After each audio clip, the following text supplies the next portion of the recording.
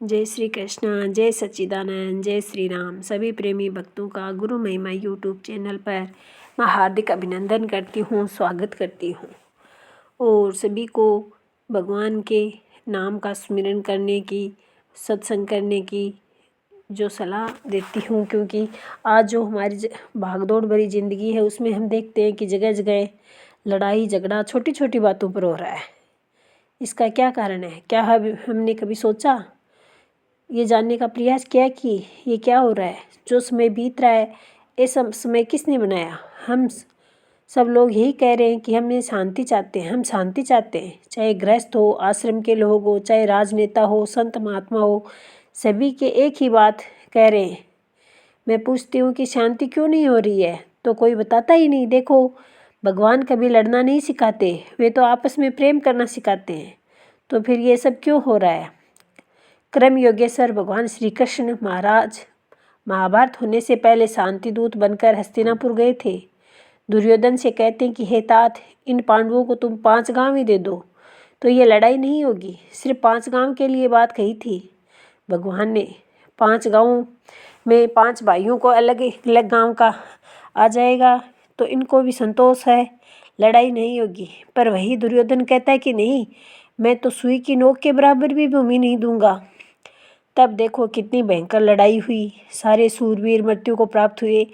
सभी वीर मौत के मुख में चले गए, मौत का आहार बन गए।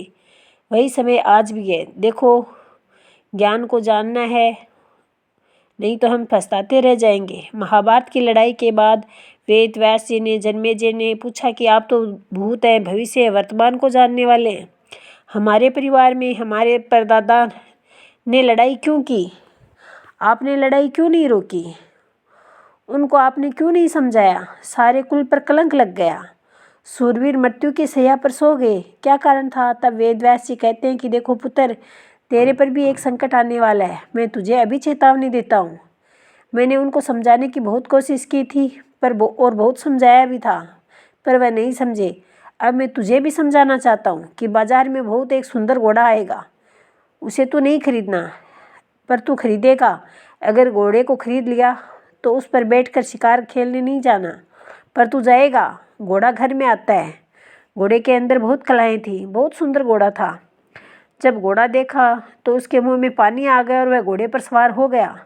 वेदव्यास जी ने कहा कि जब तू सवारी करेगा तो घोड़ा दक्षिण दिशा की तरफ जाएगा। उधर जाते ही एक वराह सामने आएगा, तू उसे मत मारना, पर तू उसे भी मार देगा। तब उसके पेट को नहीं चीरना, पर कहा कि तू जरूर उसका पेट फाड़ेगा। उसके अंदर से एक अप्सरा निकलेगी, पर उसे पटरानी नहीं बनाना, उसके साथ विवाह नहीं करना, पर तू करेगा। एक एक बात समझाते हैं। जैसे हम देखो, मानव को कब से सुधारने में लगे हुए हैं। जगह जगह बड़े बड़े सम्मेलन गुरु महाराज जी करते हैं। आज से 261 जिज्ञासुओं को ज्ञान, न जाने कितने जिज्ञासुओं को ज्ञान दिया, और कि जनता भगवान के नाम को जानने के लिए आई हुई है।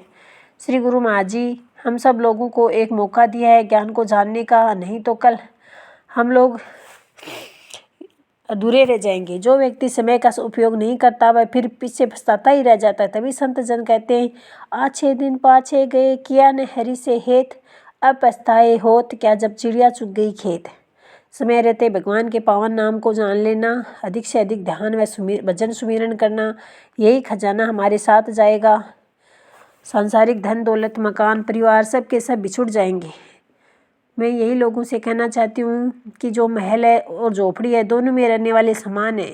केवल मन में शांति होनी चाहिए। शांति तभी आएगी जब हम लोगों के अंदर समता की दृष्टि होगी। राग द्वेष के प्रपंचों से ऊपर उठकर छोटे बड़े सभी के अंदर परमात्मा के उस प्रकाश स्वरूप को देखेंगे, जानेंगे, समझेंगे, और उसको जान करके अंतःकरण में शांति का अनुभव प्राप्त करेंगे। गरीब अमीर दोनों ही भक्त होते हैं, कभी किसी से दुराव नहीं किया जाता, और गुरु महाराज जी कभी किसी अपने भक्तों से दुराव नहीं करते। हमारे गुरु महाराज जी के लिए सभी समान है। ये तो कर्मों का फल है, जो कभी किसी को बड़ा बनाता है, कभी ऊंचा कभी नीचा। अपने जीवन में विश्वास रखना चाहिए, आस्था रखनी चाहिए परमात्मा के प्रति, और निश्चित रूप से हमारा अधिक से अधिक भगवान का भजन सुमिरन करते हुए सुख शांति को प्राप्त करना चाहिए। उसी से हमारे जीवन का कल्याण है। और समय के महापुरुष की शरण में आकर के हमें हमेशा आध्यात्मिक ज्ञान को प्राप्त करना चाहिए। इसी के साथ में आप जय श्री सच्चिदानंद, जय श्री कृष्ण।